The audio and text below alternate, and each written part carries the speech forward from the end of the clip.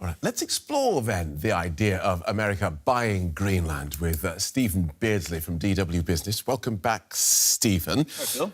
And let's start with a potential price tag. How much am I offered for this magnificent island? I guess it depends on what would you value it at, right? How do you assess value when it comes to geostrategic territories like Greenland? And what we could say is there are tangible values to it, right? If we look at the amount of resources there, I think we've all heard enough now about how there's gold, there's oil, there's these critical minerals that have become only more critical in recent months, actually, as China has really cracked down on the export of them. So there's a lot of covetous eyes on everything that Greenland has that is of material value. That's for sure. Some assessments put that into the trillions, right? But more importantly, there is intangible value in so much around all of this. To Greenlanders, for whom this is their home, to those people of Denmark, for whom I think they've owned the territory for, what, more than 600 years, technically? And then for Americans who say this is about our national security. And when they say that, then it's the value of the whole U.S. there. So that's the problem when you're talking about selling something or buying something here. It's not a real kind of sell where someone makes an offer and then China comes in and makes a competing bid.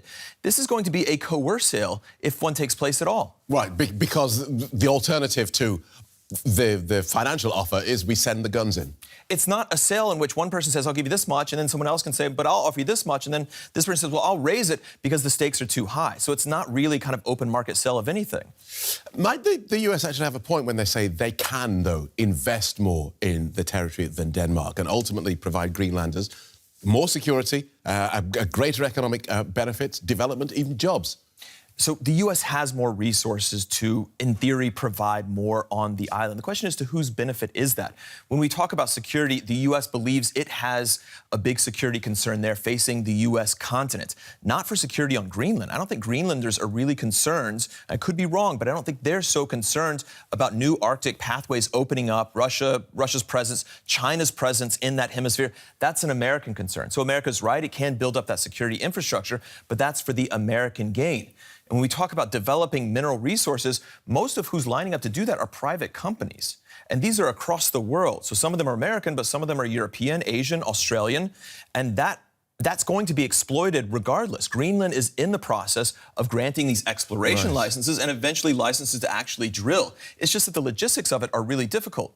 And the question of how they want that to be done. So the Americans might have a different idea of how these resources should be exploited than, say, Greenland does. OK. But people sort of rolling their eyes at the notion of Donald Trump with a wheelbarrow full of cash for Greenland, except that this would not be the first time America has done this. Not at all. And some of the things that first come into Americans' minds are the Louisiana Purchase, through which the U.S. gained a bunch of its western territory, 19th century.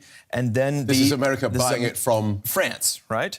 And then, of course, the purchase of Alaska, 2 cents an acre is the famous line there, a fantastic price for a vast land. But then there's one from Russia. But then there's a lot of people. There's one that a lot of people overlook, and that is the U.S. purchase of the Virgin Islands in 1917. That was $25 million. And can you guess from whom the purchase was made? Who was the seller?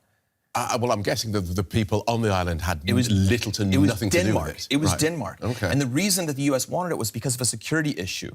They said German U-boats could set up here, the German Navy could set up here, and then give us trouble in the Atlantic and the Caribbean. And so they went to Denmark and said, are you willing to sell it? It was unpopular amongst the Danish public. They said, we know how your civil rights are in the U.S. We want people in the West, they call it the West Indies, I believe, or the Danish West Indies, to have the same rights that they would have under us if they go over to America. And that's what the Danish minister put forward. The U.S. said, no, we can't guarantee that. The Danish minister said, no, then it's not for sale. And then the U.S. said, then we will occupy it if you're not going to sell it to us. At which point the Danes said, okay, all right, then. We'll sell. And it was for $25 million in gold coins. Right, so we have been here before. Thanks for that quick history tour there. Stephen Beardsley from DW Business.